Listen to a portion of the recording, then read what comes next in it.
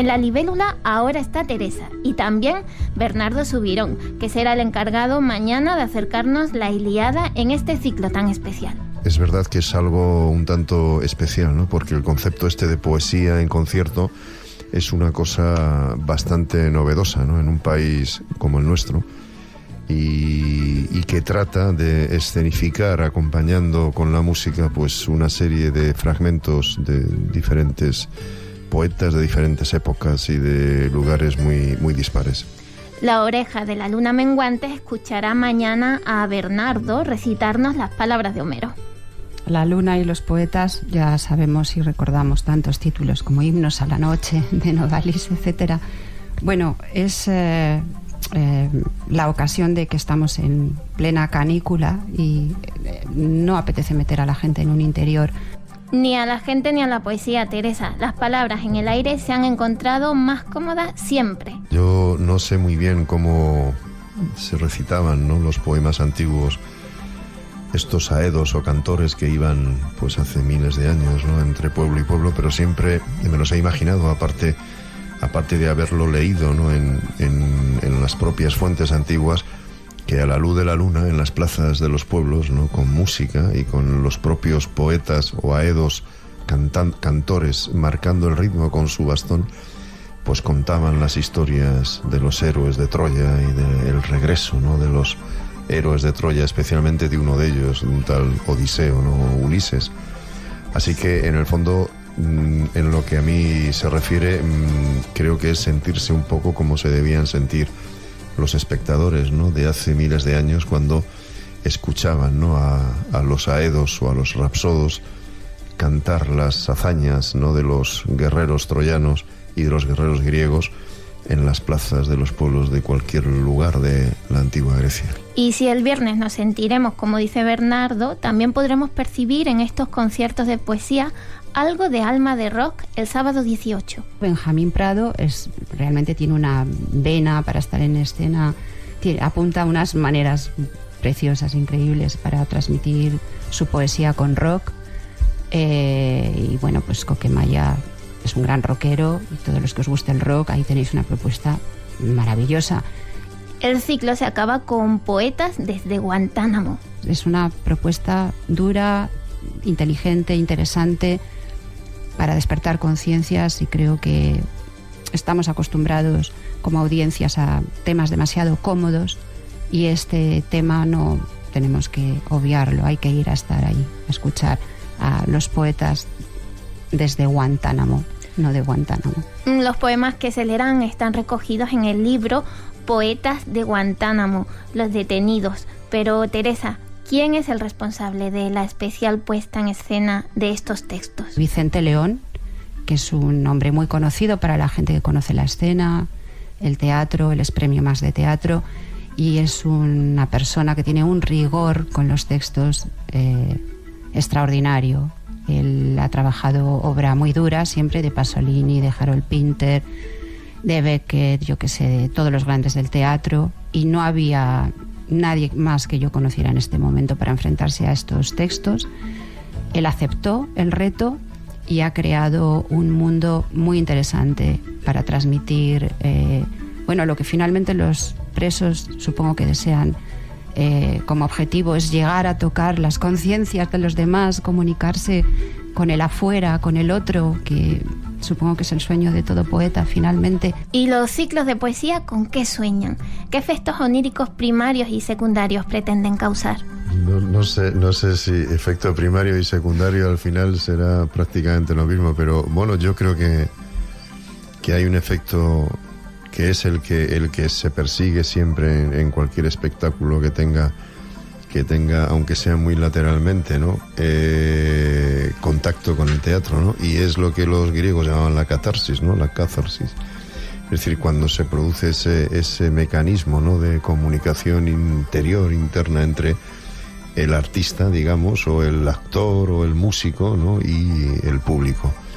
Yo creo que la noche, el ambiente ayuda a eso. De efectos secundarios, yo espero que la gente que está ahí, y que muchos serán poetas, les entren muchas ganas de escribir y de hacer más proyectos, de poesía con música, de poesía en voz, porque bueno, algún día tal vez desaparezcan los libros, como decía Simone Weil, y quizás, bueno, esa parte oscura que viene por las tecnologías y que ya no se lee, tal vez como todo va trenzado, ¿no? Luz y oscuridad en la vida, tal vez como luz aparezca una nueva generación de aedos o de rapsodas. Sí, en eso, yo creo que ese es un buen efecto secundario, ¿no? Y el que la gente se plantee las cosas, incluso, como decía Teresa antes, ante propuestas incómodas en el sentido literal, ¿no? Como puede ser la de León con lo de los poetas desde Guantánamo, o que se plantee y que entienda, comprenda, ¿no? Perciba claramente que a veces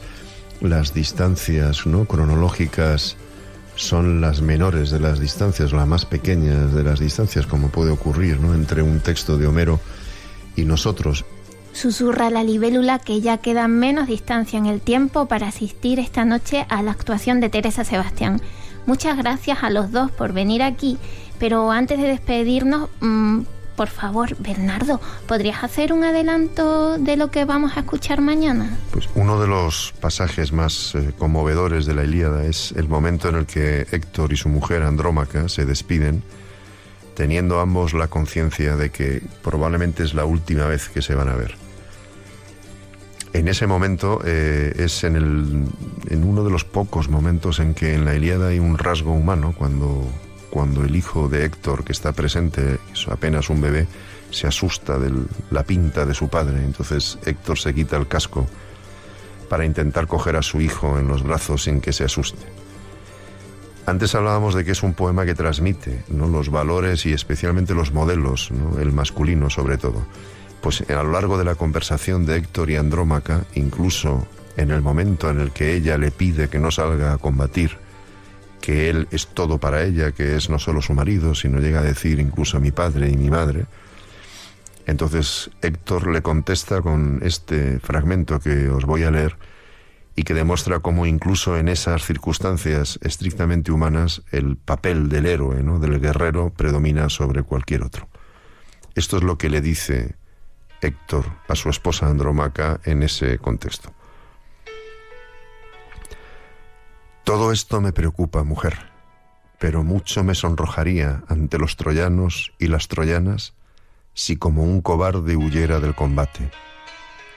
Y tampoco mi corazón me incita a ello, que siempre supe ser valiente y pelear en primera fila entre los troyanos, manteniendo la gloria de mi padre y de mí mismo. Bien lo conoce mi inteligencia y lo presiente mi corazón. Un día llegará en que perezca la sagrada Troya, el rey Príamo y el pueblo de Príamo, armado con lanzas de fresno. Pero la futura desgracia de los troyanos, de mi propia madre Hécuba, del rey Príamo y de muchos de mis valientes hermanos que caerán en el polvo a manos de los enemigos, no me importa tanto como la que padecerás tú cuando alguno de los aqueos, de broncíneas corazas, se te lleve llorosa, privándote de libertad, y luego tengas que tejer tela en Argos a las órdenes de otra mujer, o vayas por agua a la fuente, muy contrariada, porque la dura necesidad pesará sobre ti. Y quizá alguien exclame al verte derramar lágrimas: esa fue la esposa de Héctor, el guerrero que más se señalaba entre los troyanos, cuando en torno de Ilión peleaban. Así dirán, y sentirás un nuevo pesar al verte sin el hombre que pudiera librarte de la esclavitud. Pero ojalá un montón de tierra cubra mi cadáver antes que oiga tus llantos o presencie tu desgracia.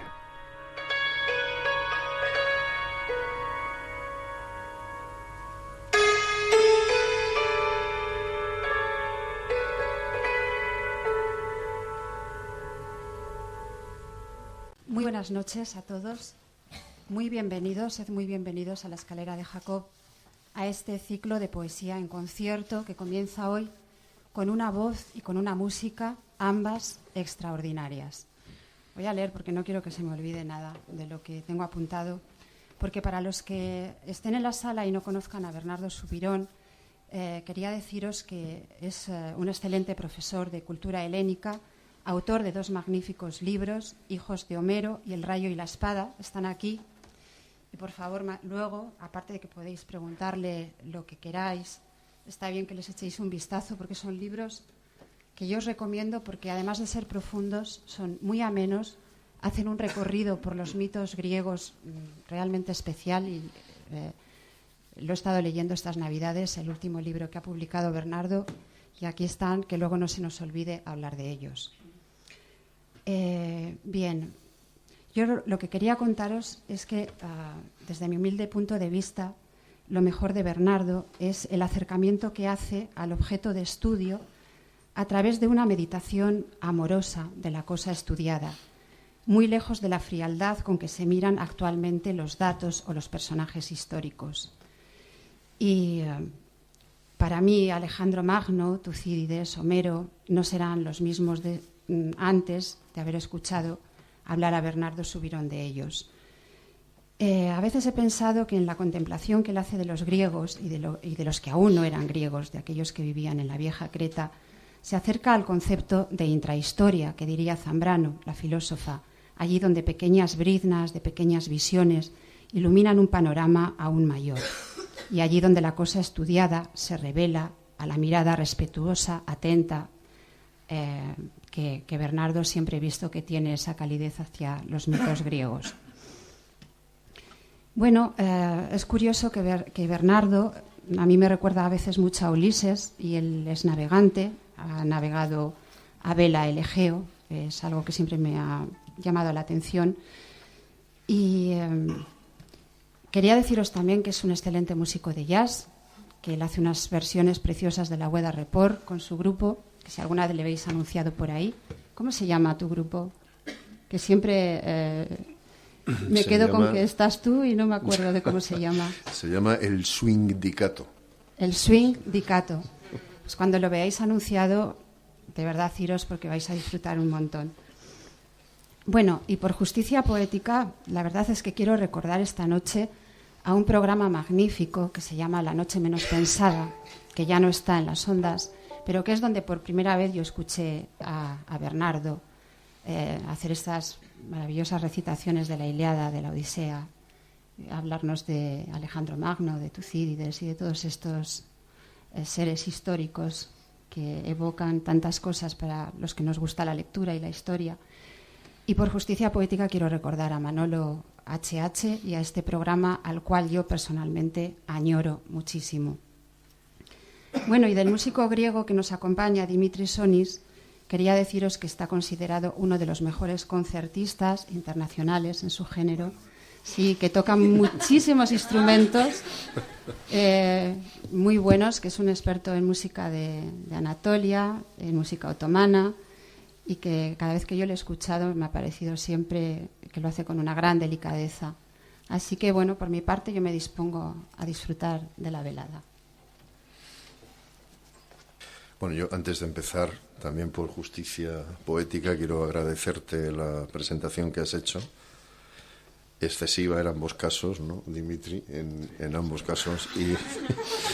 No, estoy de acuerdo. Y bueno, vamos a empezar este espacio dedicado a Homero, ya iremos viendo por qué, leyendo los primeros 6 o 7 versos que se han escrito en la literatura de Occidente, que están escritos en griego.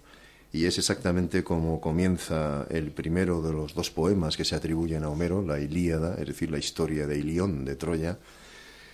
Lo voy a leer en griego antiguo simplemente para que veáis cómo suena este comienzo, ¿no?, de la literatura en Occidente, esta primera obra que cuando uno la lee, cuando uno va penetrando en ella, realmente no deja nunca de preguntarse si realmente es la primera o es la última, ¿no? Porque Homero no parece el amanecer de nada, sino más bien lo contrario, ¿no? Es como si ya fuera el atardecer, como si en su recorrido poético hubiera hecho un camino que realmente nos ha estado vedado a todos los que, según creo yo, somos sus hijos, ¿no? En la medida en que es el que nos enseñó a escribir y el que nos enseñó que los signos que hasta entonces se habían utilizado solo para llevar cuentas, solo para llevar la contabilidad de los negocios, de los fenicios, etcétera, que esos símbolos podían servir para contar una historia, o para contar la historia realmente, como iremos viendo antes. Vamos a empezar con la lectura en griego de esos primeros versos, que luego leeré en español. En general, quiero hacer una pequeña precisión. Voy a utilizar una traducción de la Ilíada, que es de Agustín García Calvo, del profesor García Calvo. A mi juicio es, con diferencia, la mejor traducción de Homero que yo conozco. No sé si en alguna lengua, al margen del español, si en alguna lengua hay una traducción que pueda compararse con esta. Es Homero puro. Quizá haya palabras que no entendáis. Es exactamente lo que les pasaba a los griegos de época clásica, a los griegos del siglo V, por ejemplo, antes de Cristo, que cuando oían el lenguaje de Homero había palabras que no entendían, que ya se habían olvidado. Es el lenguaje de los héroes, no es el lenguaje de la gente común y corriente. El esfuerzo que ha hecho García Calvo por utilizar los mismos recursos que Homero, inventar palabras. Homero es el inventor de palabras por naturaleza, ¿no?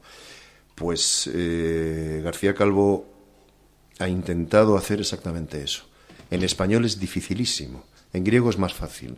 Inventar palabras es muy fácil, pero en español es casi imposible. Él lo ha hecho, ¿no? Una cosa, Bernardo, recordar a los que estén aquí interesados, hay una obra, una poética de Agustín que todavía se puede encontrar, está editada por Lucinda.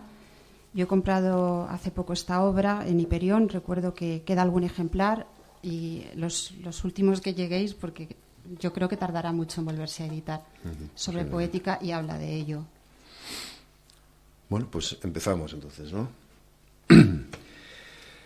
Menin aidecea, peleiadeo agileos, ulomenen, gemiria jaiois algea ezeke, polas dipsimus psichas, aidi proiapsen geron, autus de eloria teuge kinesin, oionoisi tepasi, Dios de teleieto bulé, exju de taprota diasteten erisante, Atreides, teanax andron, caidios agileus.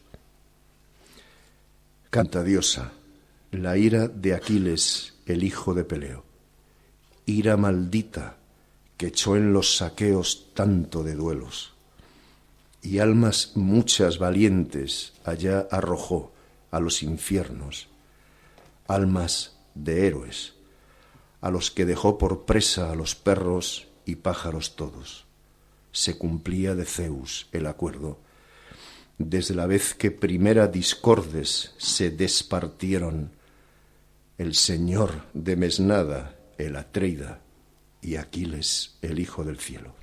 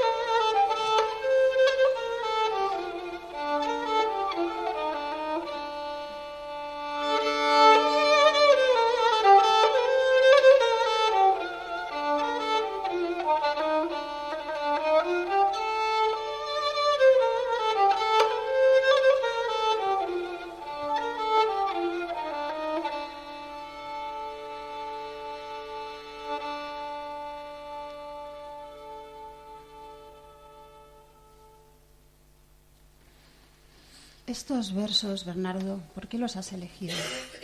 ¿Quién era Homero? Bueno, los primeros versos de la Ilíada tienen, digamos, que la carga simbólica de ser los primeros versos, ¿no?, de la literatura occidental. Por eso creo que debíamos empezar por aquí, ¿no? Y también por el hecho de que, como os decía antes, Homero creo que es el padre de la literatura, no solo en el sentido cronológico, sino en un sentido mucho más profundo, ¿no?, como iremos viendo quizá a lo largo de esta noche. No sabemos muy bien quién era Homero.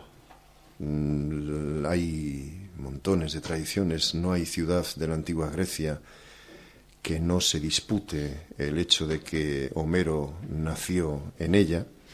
Homero fue considerado por los antiguos griegos el educador de Grecia. Es en el fondo toda una declaración de intenciones, ¿no?, considerar a un poeta el educador de un pueblo y no a otra persona, no a otro tipo, ¿no?, de persona. No sabemos muy bien quién era, pero sí sabemos lo que era, ¿no? Y Homero estaba a medio camino entre lo que los griegos llamaban un aedo, es decir, alguien que aeidein, que canta, que juntaba la música con la palabra exactamente igual que estamos haciendo aquí esta noche. Está a medio camino entre esos aedos que iban de pueblo en pueblo cantando canciones, cantando cosas que se contaban aquí y allá, y un tipo de hombre que nace justamente con la escritura. En el fondo es lo que hace Homero, es utilizar esos símbolos griegos, el alfabeto griego, que es quizá, desde mi punto de vista, el invento más maravilloso de la historia, ¿no?, porque puso al alcance de todo el mundo el hecho de poder leer y escribir. Para leer o escribir en Egipto había que pasarse media vida aprendiendo a hacer jeroglíficos y a entenderlos. Los griegos inventaron un mecanismo verdaderamente increíble, ¿no?, del que no nos damos casi ni cuenta. Con 3 palotes hacemos una A. Y eso no lo hace solo un escriba, no lo hace solo un rey o un príncipe, lo hace cualquiera, hasta un soldado analfabeto, para poder poner en los pies de una escultura de Ramsés, aquí estuve yo, ¿no?, rompiendo un poco, lo mismo que hacemos o que hace la gente hoy día, ¿no?, cuando va aquí o allá. Quizá ante la presencia de esos monumentos nos entra una cierta ansia de inmortalidad, ¿no?, y ponemos nuestro nombre, nuestra firma, ¿no?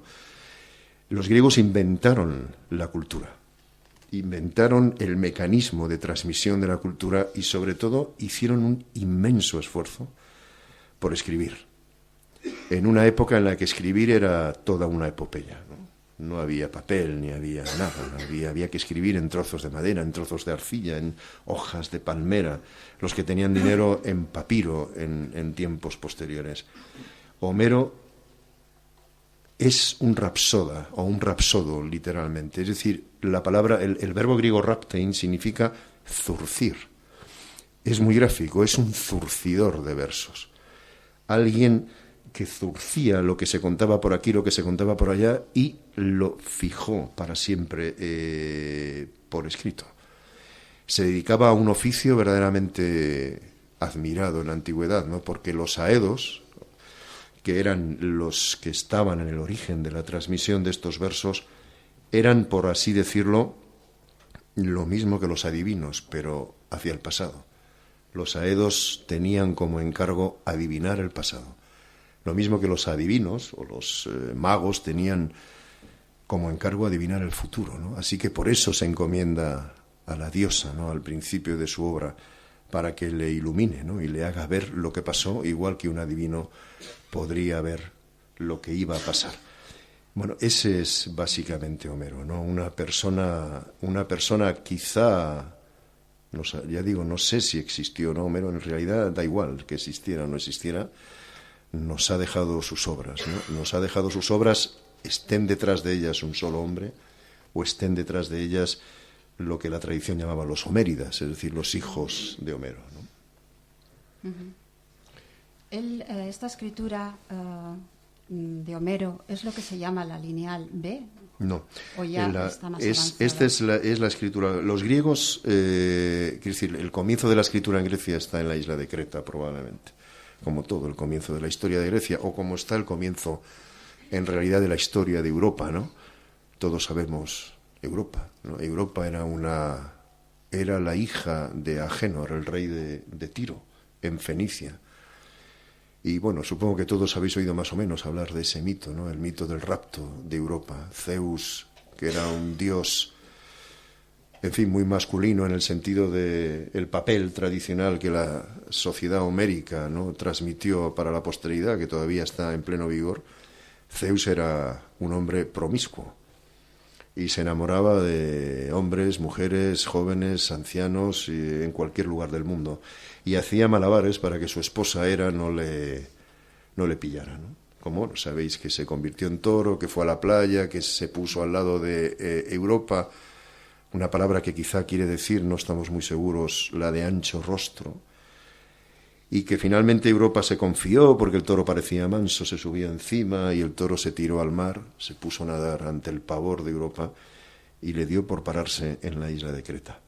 Y allí en la isla de Creta, al abrigo de un plátano que todavía siguen enseñando algunos guías locales en la ciudad de Gortina, tuvo 3 hijos, la violó, vamos, y tuvo 3 hijos. Uno se llamaba Minos, el otro se llamaba Sarpedón y el otro Radamantis. Esos 3 hijos son el origen de la historia de Europa, que, para empezar, se confiesa a sí mismo como la historia que deviene del rapto de una inmigrante, al fin y al cabo, que es lo que es Europa llegando a Creta, ¿no? Pues en Creta está el origen, ¿no? El origen no solo de la historia, sino de la escritura. Es curioso que cuando Arthur Evans, ¿no?, el arqueólogo que en el siglo XIX fue a Creta buscando rastros de alguna escritura jeroglífica, encontró 3 tipos de escritura. Una, que le pareció la más antigua, consideró que era una escritura jeroglífica, todavía no sabemos leerla, y luego vio 2 escrituras que estaban escritas en línea, a las que llamó lineales. La más antigua le puso la letra A y la más moderna la letra B, lineal A, lineal B. Ambas, el lineal A, aunque cada 10 minutos se anuncia su desciframiento, está por descifrar. El lineal B es griego. Es griego escrito en el siglo XIV a.C. Mucho antes de Homero, entonces. Mucho antes de Homero. Es un silabario, no es un alfabeto. Uh-huh. A partir de Homero, suponemos que en torno al siglo VIII, más bien a finales del siglo VIII, se reutiliza el alfabeto fenicio, probablemente, se adapta al griego, se inventan las vocales, por ejemplo, y se extiende como la pólvora por toda Grecia en muy poco tiempo, ¿no? De manera que en Grecia se han experimentado todos los sistemas de escritura, desde la jeroglífica, la lineal A, que probablemente es silábica, pero no lo sabemos bien, la lineal B, que es silábica seguro, y el alfabeto, que es exactamente lo que tenemos aquí delante. Bueno, a mí me gustaría que hicieras una lectura y que Dimitri tocara sobre el poema. Me gustaría... Sí, si te parece bien, si os parece bien, yo había pensado en los textos que vamos a leer hoy de Homero. Homero es el transmisor de la ideología que hoy día todavía, digamos, domina, ¿no? Siempre me llamó, no siempre, pero a partir de un cierto momento me llamó la atención que el nombre Homero, Homeros en griego, significa rehén. Y los nombres griegos significan cosas, no son como los nuestros, que se han vaciado de significado, la mayoría de ellos, ¿no? Los nombres griegos son casi todos ellos evocadores, ¿no?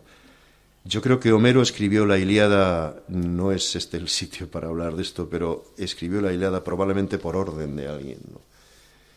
Y la Ilíada y la Odisea han transmitido para siempre, al menos hasta ahora, el modelo del hombre y de la mujer. Los modelos que siguen vivos, porque lo hace a través de mitos. El modelo patriarcal. Sí, el modelo patriarcal, efectivamente. El modelo basado, como vamos a ver, en la sumisión de la mujer y en la glorificación de la guerra. Es algo que no ha cambiado en esencia. Ha cambiado la tecnología, ahora matamos con mucha más eficiencia, ¿no? Y sin darnos cuenta. Antes la gente se manchaba de sangre, ¿no? Ahora, como podemos ver casi todos los días, los aviones, los tanques, los misiles hacen un trabajo que no nos mancha de sangre, pero que deja en las ciudades, no en los campos de batalla como antaño, pues miles y miles de muertos, ¿no? Por no decir millones. Si os parece bien, uno de los pasajes que a mí me parece más impresionantes de la Ilíada es en el libro sexto, en el canto sexto, aquel en el que Héctor, el héroe troyano, ¿no? el único que tiene rasgos humanos en toda la Ilíada, humanos me refiero de humanismo, ¿no? Y Andrómaca, su mujer, se despiden. Los dos tienen la sensación de que no van a volver a verse más, ¿no?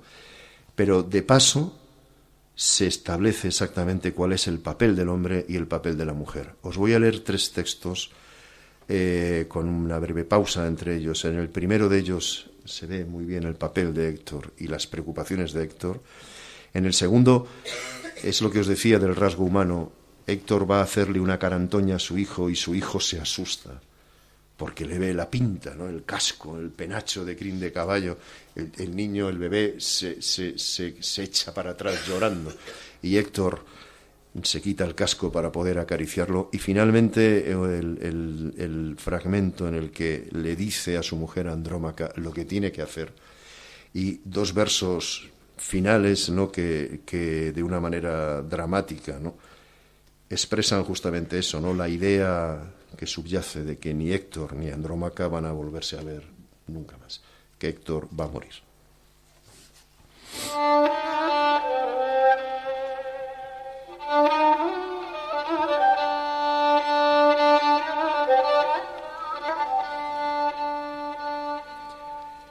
Y así se dirigió Héctor a su esposa, mas no tanto el mal de troyanos tras mí que queden me importa, ni de Hécuba la reina, ni de Príamo el rey la suerte que corran, ni de mis hermanos los muchos y bravos que bajo la horda de los enemigos caigan al polvo en tan mala hora, cuanto de ti, cuando venga un aqueo de broncíga cota, que lagrimeando te arrastra y de libertad te despoja.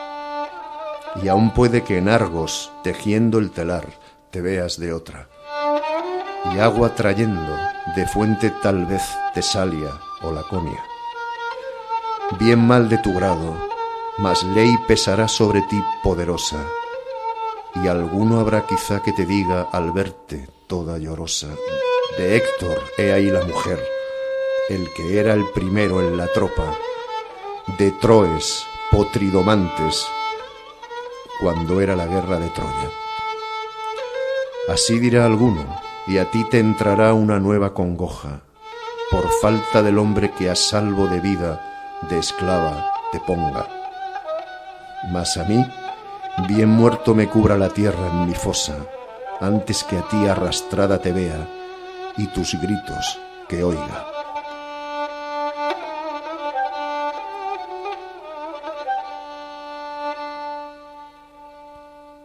Tal en diciendo, al niño fue a hacerle una carantoña Héctor, el preclaro, y al haya Belcinta el niño chillando atrás se le echó, asustado a la facha del padre y a su sombra, temiendo del bronce y la cresta corcel y fosca, al verla terrible del alto del yelmo agitándose en ondas. Y el padre se echó a reír, y con él la madre y señora. Al punto quitó el bravo Héctor de su cabeza briosa el yelmo, y en tierra lo puso, fulgiendo en toda su gloria. Y ya que a su hijo besó y le hizo hacer en sus manos cabriolas, a Zeus y a los otros dioses en rezo habló de su boca.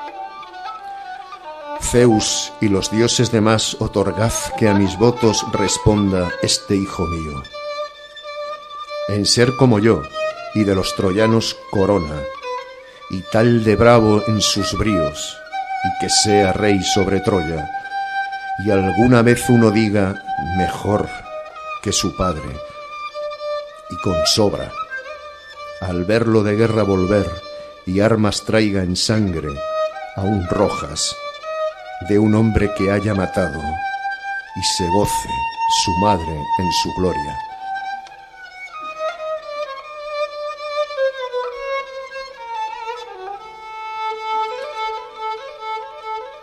Mas tú, mujer, vete ya a casa, y allí tú atiende a tus obras, al uso, la rueca, el telar, y ordena a las servidoras que hagan la tarea avanzar, que a los hombres la guerra nos toca.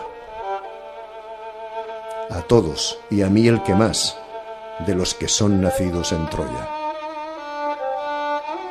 Así hablando tomó el claro Héctor el yelmo de torna, el corcel y crespo, y camino a su casa iba yendo su esposa, los ojos atrechos volviendo, en florido llanto, llorosa.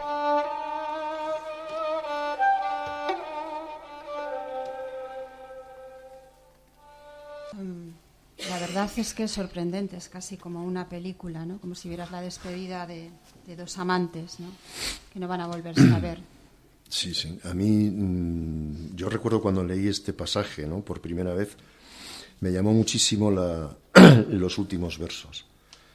Cuando es muy gráfico, cuando Andrómaca se retira y vuelve de vez en cuando llorando su rostro porque sabe que Héctor tiene los días contados, ¿no? Y que de una manera o de otra probablemente no vuelva vivo. De hecho es lo que pasó, ¿no?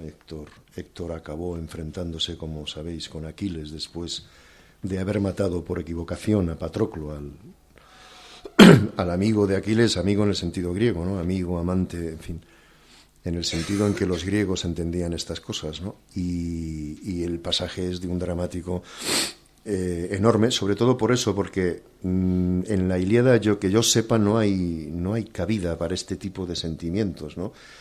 El quitarse el casco porque el niño llora, un niño al que llamaban Astyanax en griego, Astyanax, que significa el rey de la ciudad, y que cuando la guerra termina fue despeñado por las murallas de Troya. ¿Eso viene también? No, la Ilíada termina con... Esta es otra cosa que a veces se cuentan cosas que Homero no ha contado nunca, ¿no? La Ilíada termina con los funerales de Héctor. Si no recuerdo mal, no tengo aquí el último verso, pero traducido es algo así como: y así se celebraron los funerales de Héctor. García Calvo diría potridomante, ¿no? Las traducciones normales dicen domador de caballos, ¿no? Pero claro, Homero utiliza una palabra, nosotros decimos, ¿cómo se dice? Yo que sé, nefelegereta, que es como llama Homero a Zeus. Lo traducimos como el amontonador de nubes. Pero, ¿qué es lo que significa la palabra, no? El esfuerzo que hace García Calvo es eso, es encontrar potridomante en lugar de domador de caballos. O el penacho corcelifosco, ¿no? El penacho corcelifosco de encima del casco, ¿no? Es verdaderamente un esfuerzo. Claro, estas palabras no vienen en el diccionario de la lengua española ninguna, ¿no? Las buscas y son palabras, ¿no? Siempre ha sido el problema del español, ¿no? Que al inventar una palabra somos completamente reticentes, ¿no? ¿Qué palabra es ese? Ese es el problema del español. En griego cualquier analfabeto, casi analfabeto, inventaba una palabra, pero sin ningún problema. La inventaba como quien lava, ¿no? Como una cosa, como una facilidad. Bueno, este pasaje, evidentemente, de la despedida de Héctor y Andrómaca es un pasaje verdaderamente dramático, porque a Andrómaca le espera un destino terrible. Es una mujer de la que casi nadie ha hablado después, pero que acaba yéndose como esclava del hijo de Aquiles, es decir, del hombre que le ha quitado todo a ella, ¿no? Y su hijo es despeñado desde las murallas por orden de Ulises, que no quiere que vuelva a ser otro Héctor, ¿no? Ulises evidentemente no es... Hombre, lo conocemos por la Odisea, ¿no? De la que luego hablaremos, pero tiene la otra parte, la parte del hombre amoral, ¿no? Del hombre que no se detiene, digamos, es en ese sentido el precursor de los romanos, ¿no? Uh-huh. Los problemas morales no detienen a Ulises, lo mismo que no detuvieron nunca a Roma. Es un mundo cruel, realmente. Claro, yo lo he leído como lectora y hay toda esa belleza. Desde luego, la edición que yo tengo en casa es otra, no es esta. Uh-huh. Me gustaría saber si podemos encontrar... Bueno, esta está en griego. Esta está en griego, pero la traducción de la que tú me hablas... Es la de García Calvo. ¿Sabes si está en curso? Sí. Está en la editorial Lucina, que es la editorial de García Calvo. García Calvo... yo tengo su poética y fíjate, no sabía que... Ya sabéis que traducción. Él vive en Zamora. Hace muchísimo tiempo, cuando yo era estudiante, leí una cosa de García Calvo que Entonces no se hablaba de las autonomías ni de nada de esto. Eso de las autonomías es una cosa, como dirían los antiguos, tardía, ¿no? Pero él hablaba, no sé si conocéis algunos, el manifiesto de la Declaración de Independencia de la República de Zamora, ¿no? Que podía establecer, de la Comuna, exactamente, que podía establecer relaciones con potencias laterales como Valladolid, etcétera. Bueno, García Calvo, dentro de eso, es de los, yo creo que es uno de los 2 o 3 sabios que conozco. Sí, yo tuve el privilegio de ir a la facultad en aquellos años en los que los catedráticos de la Complutense eran sabios, ¿no? Los catedráticos eran sabios, ¿no? Entre otros estaba García Calvo, Rodríguez Adrados, Lasso de la Vega, Gil, Mariner, o sea, sabios. Y García Calvo me dio un curso de doctorado porque le restituyeron en su cátedra justo cuando yo terminaba la carrera, después de, en fin, y nos daba las clases en la cafetería Ranz, porque él consideraba que un aula era un sitio frío y absurdo, ¿no? Y entonces quedábamos en la cafetería en la calle Lista y allí hablaba de los presocráticos con un café al lado. Realmente yo me di cuenta de que era un sabio en esas clases. Y bueno, pues como al final es difícil publicar estas cosas, pues él en su editorial publica lo que le da la gana y entre otras cosas es esta edición de la Ilíada. La ortografía que le da la gana. Claro. Sí, por supuesto. Claro. Sí, tú decías que es una sociedad cruel, es la sociedad de la guerra, es decir, la sociedad patriarcal está asociada con la guerra y en la medida en que es decir, por decirlo así en 2 palabras, la supervivencia de la sociedad patriarcal está ligada a la supervivencia de la guerra. Y una cosa no es posible sin la otra. De manera que bueno, pues el transmisor de esa ideología, que es Homero, el transmisor de la ideología de los invasores que acaban con Creta, con la isla, con la civilización minoica y con la sociedad, sin duda alguna, matriarcal y pacífica de Creta. Hay quien dice, me acusa de ingenuo, porque esto lo cuento en uno de estos libros, ¿no? Y, bueno, esto de la guerra es un hecho natural. La guerra no es un hecho natural. En Creta uno puede darse una vuelta por el palacio de Cnosos y no hay ni rastro de murallas. Es un caso único, no hay ni rastro de murallas. Y mira que los arqueólogos se empeñan en encontrarlas. Cuando descubren un cuchillo, dicen, un arma, como si descubriera un cuchillo, yo el cuchillo lo uso para cortar una manzana, no para cortarle la cabeza a nadie. El que haya un cuchillo en mi casa no supone que yo sea un depredador, ¿no? No hay ni rastro de la sociedad guerrera en la isla de Creta, no hay más que mujeres por todos los sitios, y los hombres que aparecen serían, digamos, hombres sin duda alguna dudosos para estos aqueos que llegaron después. El príncipe de los lirios, un tipo con flores en la cabeza. Imaginaros a un aqueo que no sabía ni lo que era la tela, iban con piel con lana, apestando a cordero probablemente de día y de noche, ¿no? Encontrarse esos esos murales en el Palacio de Cnosos. Y quienes dicen que la guerra es el motor del progreso, el Palacio de Cnosos existe desde casi el 3er milenio antes de Cristo, y en el año 1500 antes de Cristo tenía conducciones de agua caliente, conducciones de agua fría y conducciones de agua residuales. En el año 1500 antes de Cristo se puede ver todavía hoy. Nadie lo ve, pero todo el mundo va a ver el toro que está ahí al lado de la zona de los talleres del palacio. Se ven las tuberías todavía, tuberías de cerámica que se conservan unos cuantos milenios después.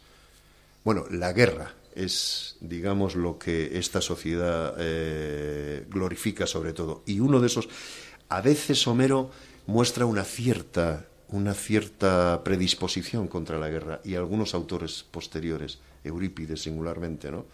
Dices en sus textos, se puede percibir cierta crítica a la guerra un cierto hastío, un cierto resquemor. La paz es una repugnancia, tal vez, sí. A veces yo lo he percibido así. Sí, yo creo que en ese sentido el pasaje más ilustrativo, es tardísimo, más ilustrativo de todos es el de la muerte de Héctor, cuando finalmente Aquiles y Héctor se encuentran delante de las puertas esceas, ¿no?, de Troya. Es un pasaje bastante curioso porque a Héctor de repente le entra miedo y sale corriendo. Esto casi nunca se cuenta, ¿no? Sale corriendo y da 3 vueltas alrededor de la ciudad, las mismas que dio Schliemann cuando intentaba encontrar Troya, para comprobar si era verdad que se podía correr 3 veces alrededor del perímetro. Y al lado de 2 fuentes, de dos riachuelos, uno de agua fría y otro de agua caliente, ¿no? El Escamandro y el Janto, ¿no? Como vais a ver que cuenta Homero. Si os parece bien, leemos ese párrafo de la muerte de Héctor, el enfrentamiento de Héctor y Aquiles. Lo voy a leer de corrido, ¿no? Sin hacer ningún comentario. Los 2 primeros párrafos tienen que ver con la huida de Héctor. Después, finalmente, Héctor se para porque, en fin, los dioses, Apolo sobre todo, le infunde valor y intenta hablar con Aquiles. Dice, vamos a luchar, pero si uno vence, que respete el cadáver del otro. Y la respuesta terrible, ¿no?, de Aquiles, ¿no?, en la que yo creo que se ve muy bien la cierta repugnancia, ¿no?, que a Homero le causa, en el fondo, porque probablemente Homero es un prisionero, ¿no? Un rehén, con casi toda seguridad, el que le causa el comportamiento de ese ser absolutamente brutal que es Aquiles, ¿no? Bueno, pues vamos a ello.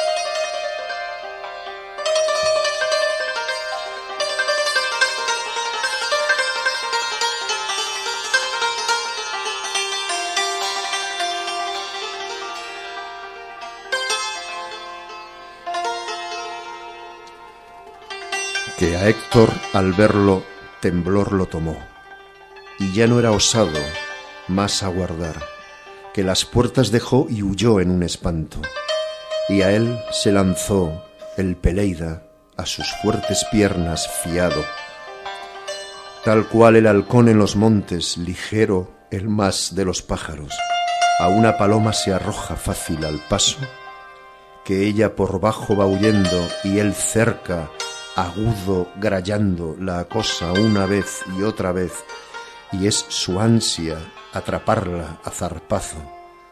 Así él, en afán, volaba derecho, y Héctor, por bajo del muro troyano iba huyendo y movía los pies a rebato. Y así la atalaya y así el cabrahigo airoso pasando, siempre por sola muralla, carril adelante iban raudos.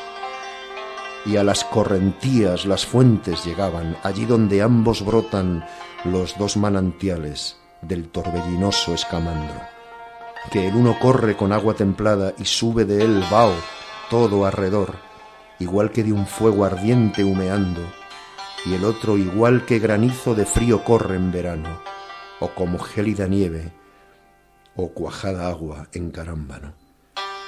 Que allí cerca de ellos los lavaderos se hallan bien anchos, hermosos, pedreños, en donde ropajes lustri galanos lavaban las hijas y las esposas de los troyanos, antaño, cuando había paz, que no habían todavía los hijos de los aqueos llegado.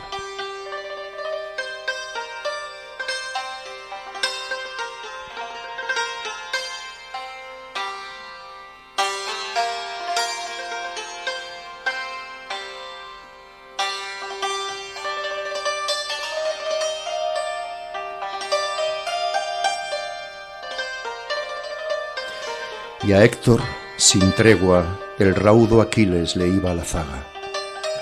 Igual que a un cervatillo en los montes un perro de caza, alzándolo del cubil, lo persigue por valles y navas, que si se escapa a su vista agachándose entre las matas, al husmo del rastro lo sigue corriendo hasta que lo halla.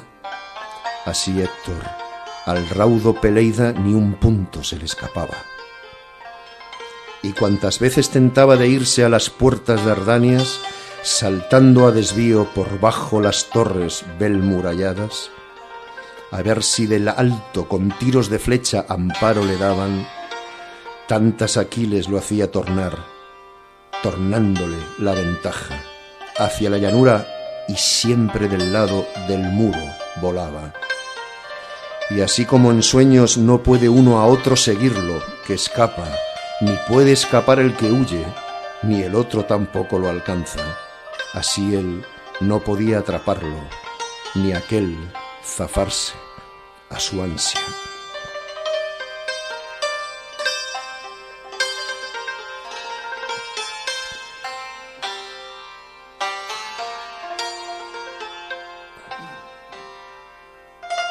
Y entonces Héctor se dirigió a Aquiles con estas palabras: a los dioses pongamos aquí a testigos que guardas sean mejor que ninguna de nuestros acuerdos y tratas, que es que yo en ti no me ensañe en ultraje, si es que a la larga Zeus me otorga durar en la lid y te saco a ti el alma. No, sino que una vez que en despojo me lleve Aquiles tus armas, el cuerpo a los tuyos se lo he de entregar, y lo mismo tú hagas. Y a él, mirándole torvo, el pie raudo Aquiles le hablaba: Héctor, no más me hables tú el sin perdón de acuerdos ni tratas. Como entre leones y humanos no hay ni juros ni fe que valgan, ni lobos se dan con corderos como un concierto de nada, sino que unos a otros se miran sin tregua en odio y se dañan, así entre tú y yo no cabe ni bien querernos, ni santas juras habrá, hasta tanto que aquel de nosotros que caiga, arte de sangre al dios Ares, que nunca de guerra se cansa.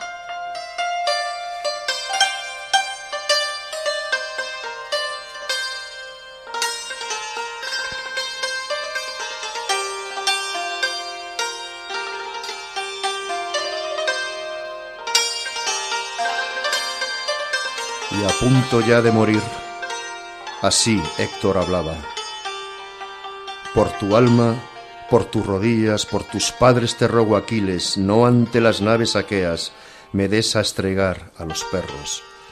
No, sino toma y recibe de bronce y de oro buen cuento, pago que mi padre y mi madre benditan de darte, de cierto. Y el cuerpo a mi casa de vuelta lo des, a fin de que ya muerto, Troes y esposas de Troes me den mi parte del fuego. Entonces, mirándole torvo, le habló el pie raudo Aquileo: no me andes de hinojos por padres ni nada rogándome, perro, que así a mí mismo el coraje y valor me dejaran a muerdos crudas, a cachos comerte las carnes, según lo que tú has hecho. Como no habrá quien los canes, aparte de ti y de tus huesos, ni aunque rescate de 10 y de 20.000 me traigan y pesen aquí, y me prometan más para luego, ni si me propone librarte por oro a tu propio peso, tu padre Príamo el rey, ni aun así tu señora madre en el lecho te ha de acostar, la que te parió, ni te hará los lamentos, no, sino perros y pájaros han de comérsete entero. Y a él, muriéndose ya, le habló el yelmírido Héctor: a fe que te reconozco al mirarte y no iba, lo veo, a hacerte ceder, pues es en tu entraña el alma de hierro. Piensa ahora tú, no venga yo a serte castigo del cielo, el día aquel en que a ti Paris y el dios Apolo, Febo, sobre las puertas esceas, tan bravo te maten y bueno. Y tal de que habló, lo dejó la fin de la muerte cubierto, y su alma de sus entresijos con Hades fue ida en un vuelo, llorando su suerte, pues dejaba juventud y hombría en el suelo. Y entonces a él, aún muerto que estaba, le hablaba el celeste Aquileo: queda muerto ahí, y mi hora ya me vendrá en el momento que quiera cumplírmela Zeus y los dioses, los no morideros.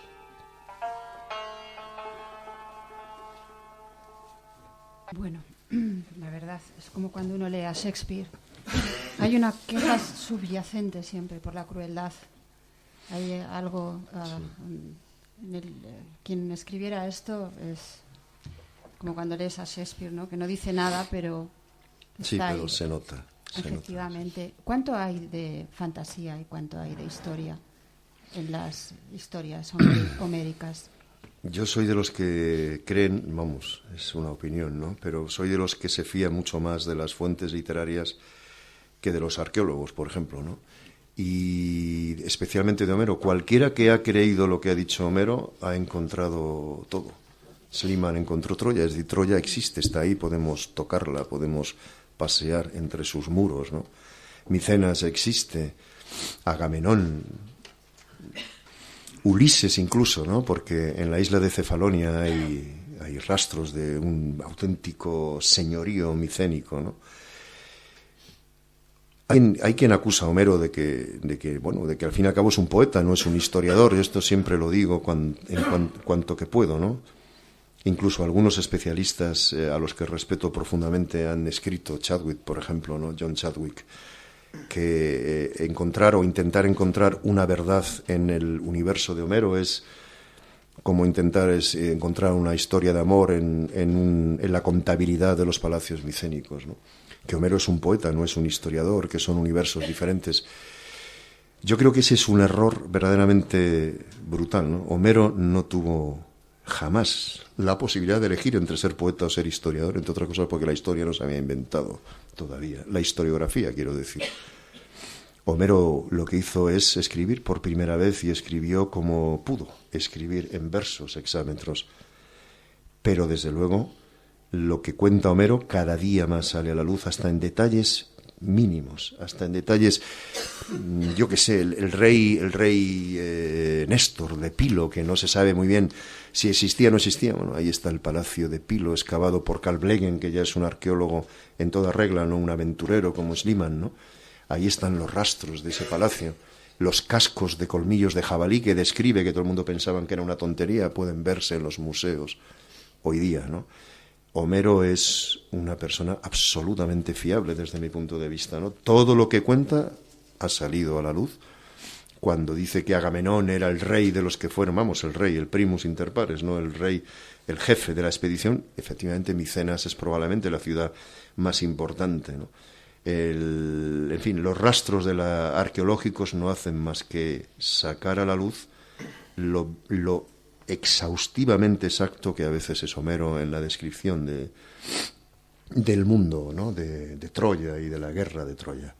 Así que desde mi punto de vista Homero es completamente fiable, incluso cuando no lo parece. Incluso cuando no lo parece. Sí, claro, cuando yo citaba a María Zambrano con su concepto de la intrahistoria me refería a esto. Por eso me gustan tus libros. Claro, yo como soy sencillamente aficionada a la historia y son los libros poéticos los que me gustan, me refería a esto, pero es cierto que a veces la verdadera historia la cuentan los poetas más que los fríos datos. Los poetas y los mitos. Es decir, yo creo que la ideología occidental está en los mitos, no está en Platón. Platón lo leen 4, ahora. Entonces lo leían 2, ¿no? Y, vamos, lo escuchaban, ¿no? Es decir, lo que opinaba Platón al común de la gente le traía sin cuidado, ¿no? No sabía ni que existía. Lo que opinaba Heráclito, lo mismo. Y las cosas raras que decían los jonios, ¿no? Genófanes, eso de que si los bueyes tuvieran dioses, sus dioses tenían pinta de bueyes. Eso nadie le hacía ni puñetero caso. Ahora, todo el mundo sabía quién era Helena de Troya. Todo el mundo sabía que Helena había provocado una guerra. Todo el mundo sabía quién era Agamenón. Es decir, ese es el subconsciente de los griegos. Todo el mundo sabía quién era Ulises. Todo el mundo sabía que Ulises elige ser un hombre y no un dios cuando la ninfa Calipso le hace una oferta que, como diría el padrino, ninguno de los presentes prácticamente hubiéramos rechazado, ¿no? Dice, no, si te quedas conmigo no solo te vas a quedar con una diosa, que no se puede comparar con tu mujer, que es una mortal, que además se ha hecho vieja, que llevas 20 años sin verla, etcétera, sino que además te hago inmortal, te doy a beber el néctar y la ambrosía. Imaginaros, en un mundo como el de hoy, ¿no? Que nos estamos todo el día yendo al cirujano para que no se nos quite la arruga y tal y cual. Y Ulises le dice que no, que no, que se lo agradece mucho, pero que prefiere tirarse al mar en una balsa, ni siquiera en un barco, donde sabe que Poseidón le espera para hacérselas pasar canutas, y envejecer con su esposa, verla un instante más antes que pasarse la eternidad sin ella, le dice. Él era Penélope también, entonces. Penélope. Eso lo sabía todo el mundo. O sea, que decir, la gente sabía quién era Ulises, sabía que Penélope era fiel, que Penélope lo espera 20 años, que la historia de Ulises se fragua viajando y la de Penélope dentro de su casa. ¿Y por qué hablabas de la moralidad de Ulises? Porque es un tipo inmoral. En ese sentido es moderno. O sea, es moderno. Aquiles es un resto, es una antigualla, ¿no? Pero Ulises no tiene ningún problema en meterse por la noche en Troya, robar el paladio, tirar a un pozo a Palamedes, simplemente porque Ulises no quiso ir a la guerra, ni Aquiles. Aquiles se disfrazó de mujer. Eran desertores. No quiso ir a la guerra. Es que lo de la guerra, o sea, vamos a ver, yo voy a ir a la guerra porque la esposa de Menelao se ha ido con un troyano. Menelao lo que tenía que haber hecho es controlar a su esposa, ¿entiendes? Eso es lo que opina. Y Ulises, cuando llegan a Ítaca por él, se finge loco y se pone con un arado a tirar sal en su tierra y cantando canciones absurdas, bailando bailes. Pero Palamedes, que era el hijo de Nauplion, de Nafplio, también una ciudad en Grecia, la primera capital de la Grecia moderna es Nafplia, ¿no? Nafplio. Bueno, Palamedes decide desenmascararlo y entonces le pone en el camino del surco a su hijo recién nacido, a Telémaco, y Ulises para. Y detrás de loco, como tienes de loco, lo que yo de... Eso no se le olvida nunca a Ulises, y cuando están en Troya, que está el otro viendo si hay agua en un pozo, de ¡pam!, le tira al pozo y fuera, ¿no?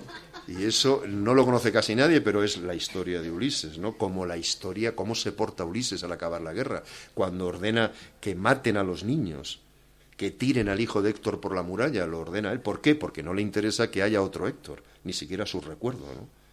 Es decir, esa es una parte de Ulises. Lo que pasa es que, claro, luego llega la Odisea, ¿no? Y entonces Ulises es el que sobrevive, ¿no? Entonces estos mueren casi todos, ¿no? Ulises llega a Ítaca después para hacerse un viaje de 20 años, de 20 años no, 10 años de guerra más 10 años de viaje. Naturalmente Ulises no se perdió. Esto es una cosa que me interesa, no sé cuánto tiempo tenemos, Teresa, tampoco quiero... No tengo ni idea de nada en general, más que de escucharte. Y no tengo bueno, si os parece bien, yo me hablo 2 minutos más. Pues mirar tu reloj. Mi reloj son las 10:15. Entonces, en teoría era una hora, como estaba pensado que esto durara aproximadamente una hora, si alguna persona tiene que marcharse, bueno, libertad total. Y también deciros que podemos, yo creo que hacer más música con lecturas, porque a mí me gustaría mucho escuchar más a Dimitri, pero los que se quieran quedar un rato y quieran preguntar cosas, estamos un poco entre amigos y por favor, haced las preguntas que queráis y sobre el tema que queráis. Esperamos, si quieres, entonces, solo quería decir esto, ¿no? Y luego ya podemos dejar que la gente que necesite irse se vaya. Porque aquí no dejan entrar, pero salir se puede. Exacto, al revés sí se puede. No hay problema. Bueno, la Ilíada hoy día nadie niega que es una obra que dice la verdad. Es decir, ya digo, ahí está Troya, ahí está Micenas, ahí está Pilo, ahí está todos. Ahí está hasta la copa de Néstor que describe Aquiles cuando intentan que Aquiles vuelva, que describe Homero, perdón, cuando intentan que Aquiles vuelva a cometer. Pero para la Odisea casi todo el mundo entiende que es una obra completamente fantástica, que la geografía es una fantasía, la geografía de la Odisea total. Yo, como siempre he querido que la fantasía, también lo he dicho muchas veces, es un lujo nuestro, no de los antiguos. Los antiguos no fantaseaban, o sea, porque no tenían un sistema, digamos, lógico en relación con el cual fantasear, ni los mitos son símbolos. Eso para nosotros es posible que sea un símbolo, pero desde luego para Ulises, decir, ahí hay una roca errante. O sea, no es que Ulises de repente no distinga una roca de una ballena, o sea, es que es una roca errante. Y una roca errante en los mares hay. Donde no los hay es en el Egeo, pero en otros mares hay rocas errantes, ahora les llamamos icebergs, no, o icebergs. O las sirenas. Todos habéis oído hablar de las sirenas, ¿no? Que esto también es una cosa que he comentado muchas veces. O sea, y todos sabéis que las sirenas cantan y que ese canto es tan maravilloso que atrae a los navegantes, naufragan y entonces las sirenas se dedican a comerse a los navegantes y a los náufragos y a robarles. Las sirenas griegas, que no son estas señoras rubias de cola de pez y cuerpo maravilloso, sino una especie de pajarracos con cara de mujer, naturalmente, porque en fin, la mujer en la mitología tiene ese... Cuando digo naturalmente me refiero desde el punto de vista de lo que estábamos diciendo antes, ¿no? De los papeles, ¿no? Cuerpo de águila y cabeza de mujer, y son auténticas rapaces, como arpías, ¿no? Y, sin embargo, la palabra sirena para nosotros es exactamente lo contrario. Cuando oye una sirena uno de un policía o de una ambulancia, no la sigue, se quita. La sirena es un aviso, ¿no? Dice, sígueme, que la sirena... ¿Por qué le llamamos sirena a eso? Porque exactamente eso es lo que hace el relato de Ulises. Hemos confundido el mensaje con el mensajero, por decirlo así. Y aquí, que intuyo así entre los focos algún que otro navegante también, Julio, que está ahí delante, Julio sabe de sobra que desde el mar muchas veces se oyen las sirenas. O sea, cuando uno está en unos acantilados y el viento pega contra la costa y hay agujeros, las rocas cantan. Y cuando canta la tierra quiere decir que el viento va a tierra y que entonces la atracción hacia tierra es terrible, sobre todo con una vela cuadradita que no puede ceñir, ¿no? Así que la interpretación mítica de una sirena es esa, pero no es simbólico. Es que el tipo que va por un lugar donde pasa eso, que suele ser en las costas de la península ibérica al norte, en esa costa que llaman da Morte todavía, en Finisterre, y empieza a oír la sirena, mal asunto. Mal asunto porque uno suele naufragar, pero ¿cómo se interpreta eso? Bueno, los griegos dan una interpretación imaginativa que es en realidad lo que es un mito. El mito no es otra cosa que una interpretación de un hecho por la imaginación y no por la razón. Es decir, el pensamiento en imágenes. En una palabra, la televisión moderna es el mito moderno. Es lo que ve todo el mundo. No todo el mundo lee a Homero, pero ver los televisión, ¿por qué? Pues uno ve las imágenes. A veces para los que creemos que una imagen no vale más que 1000 palabras, sino al revés, que una palabra vale más que 1000 imágenes, y que cuando uno lee, siempre pongo el mismo ejemplo, yo cuando vi La Regenta por primera vez, la que interpretaba Emma Penella, con perdón y sin afán de hacer una crítica a esa mujer, que era una actriz extraordinaria, se me vino abajo, lo vi y me fui. Del cine, quiero decir, porque claro, la idea que yo me había hecho de La Regenta leyendo a Clarín era, a Clarín, sí. Es que yo a partir del siglo V hasta aquí me falla la memoria. Del V para atrás lo tengo más claro, pero del V hasta aquí ya es todo tardío, digamos. Bueno, en fin, el pensamiento en imágenes, ¿no? Yo soy de los que creen que la Odisea, y siempre he dicho lo mismo, creo que el tercer volumen de esa serie hablará de esto, de Ulises. La Odisea cuenta la verdad, habla de una ruta y sobre todo sitúa en el centro del viaje de Ulises al famoso país de los feacios, la isla de Esqueria, que desde mi punto de vista es el Tarteso. Y no se entiende la historia antigua, especialmente el final del Bronce, sin la existencia de Tarteso y sin la existencia de esas naves que iban a las islas Casitérides, es decir, a las islas británicas, a por el estaño, sin el cual la edad del bronce hubiera sido imposible, ¿no? Porque se puede hablar de la edad del bronce, pero ¿dónde está el bronce? El bronce hay que hacer una aleación, hay que traer estaño. Cobre hay todo el que uno quiera en el Mediterráneo, especialmente en Grecia. La isla de Chipre, Kypris, significa cobre en el fondo en griego, ¿no? Pero estaño no hay que traerlo. ¿Qué barcos lo traían los feacios? Yo, si os parece bien, y ya para terminar, os voy a leer solo un fragmento muy pequeñito de la Odisea en el que el rey Alcino, que es el rey de los feacios, dice cómo son sus naves. Ojalá pudierais leerlo en griego porque las palabras que emplean es que son muy expresivas, ¿no? Cuando dice que las naves conocen, emplea isasi, que es el verbo conocer. Conocen las reflexiones de los hombres, las naves. Si os parece bien, podemos terminar la lectura de Homero con este pequeño fragmento y luego vemos lo de Ítaca y terminamos.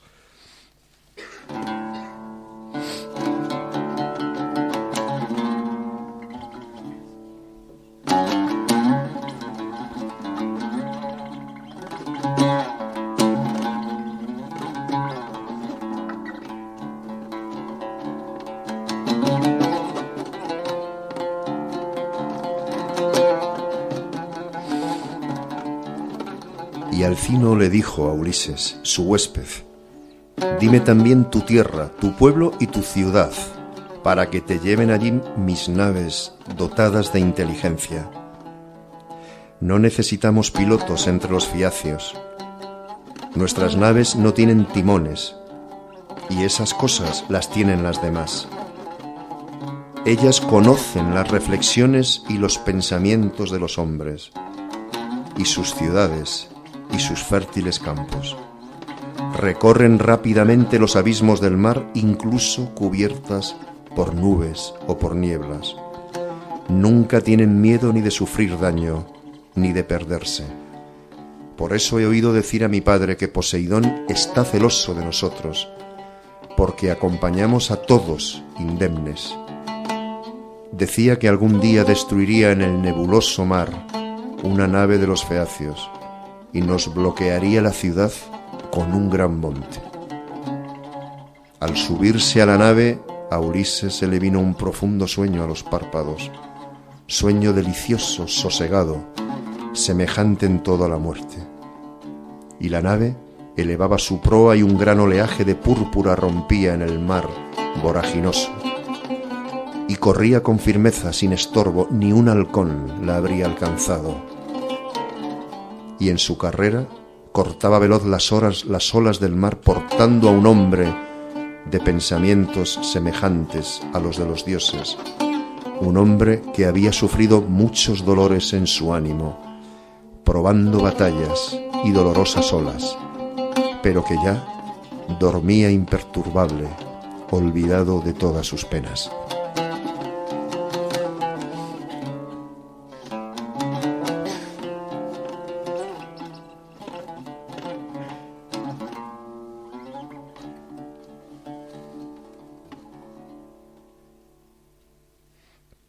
Dietrich, ¿nos puedes hablar de los dos instrumentos que has traído, de los tres instrumentos que has traído, muy brevemente, decir cómo se llaman y dónde se tocan? Uno parece más oriental, el otro es como un salterio. Todos son orientales. Sí. Este es el afta,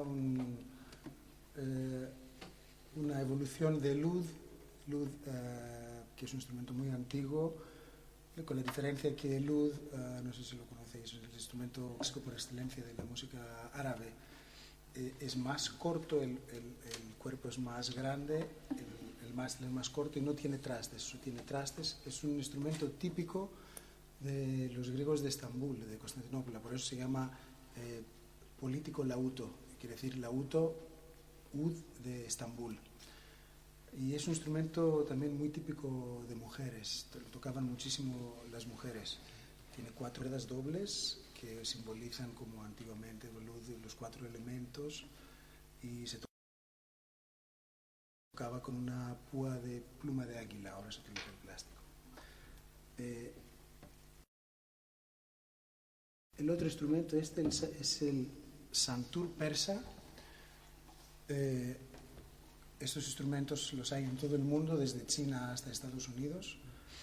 Es el más pequeño de todos, el persa, es diatónico y es una caja de resonancia, 72 cuerdas divididas por unos puentes, y se toca con unas baquetas muy, muy, muy finas, pesan 3 gramos cada una y requiere una técnica muy, muy especial. Un instrumento que toca tanto música popular como música clásica. Insisto, es un instrumento iraní. Y este es un instrumento griego, concretamente de Creta. Es la lira de Creta. No tiene nada que ver con la lira de la antigua Grecia, con la que le llamamos lira, que es la lira de la cítara, una guitarra. Esa es la lira. Es un instrumento de arco, como veis, 3 cuerdas básicas y 17 cuerdas simpáticas, quiere decir que vibra por simpatía. Es más una añadidura más de la música hindú, del sarangi concretamente. La particularidad que en lugar de pulsar la cuerda con los dedos, como se hace en violín, todos los instrumentos de arco, en este se roza con la uña, en lo cual lo hace muy expresivo.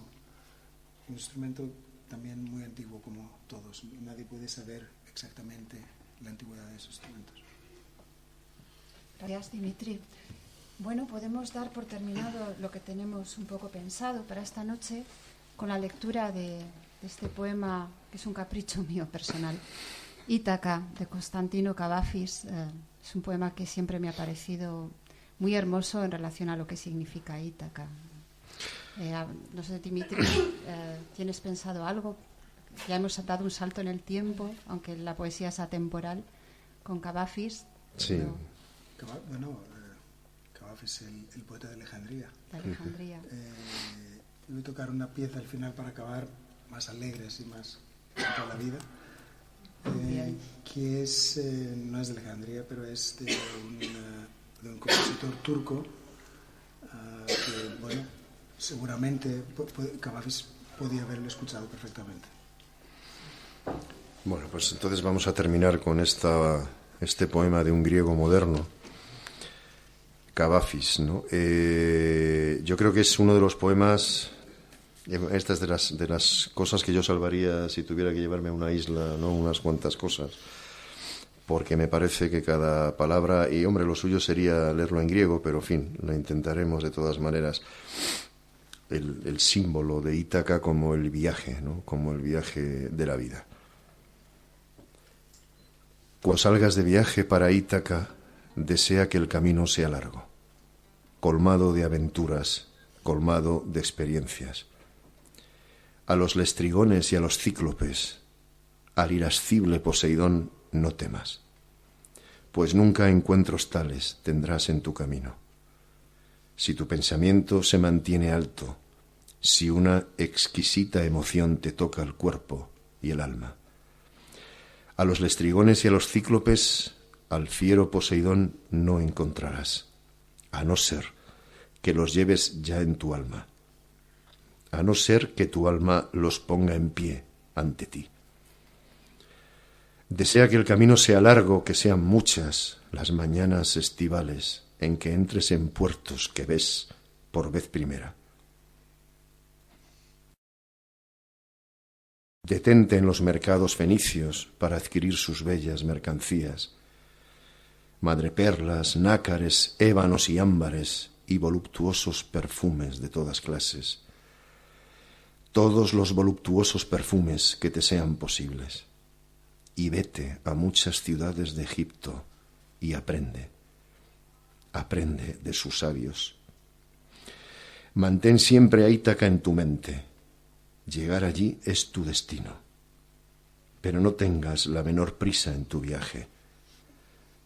Es mejor que dure muchos años y que viejo, al fin, arribes a la isla, rico por todas las ganancias de tu viaje, sin esperar que Ítaca te vaya a ofrecer riquezas. Ítaca te ha dado un viaje hermoso. Sin ella no te habrías puesto en marcha, pero no tiene ya más que ofrecerte. Aunque la encuentres pobre, Ítaca de ti no se ha burlado. Convertido ya en sabio y con tanta experiencia, habrás ya comprendido el significado de todas las Ítacas.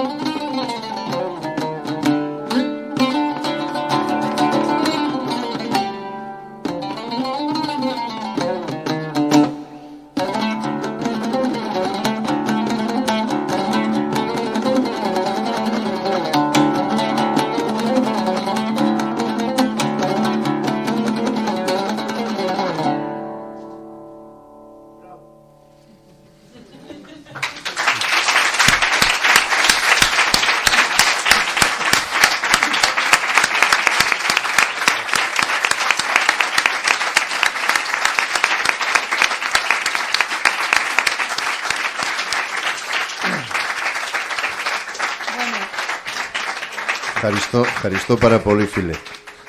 Eso es en griego. Quedáis contratados para una nueva sesión.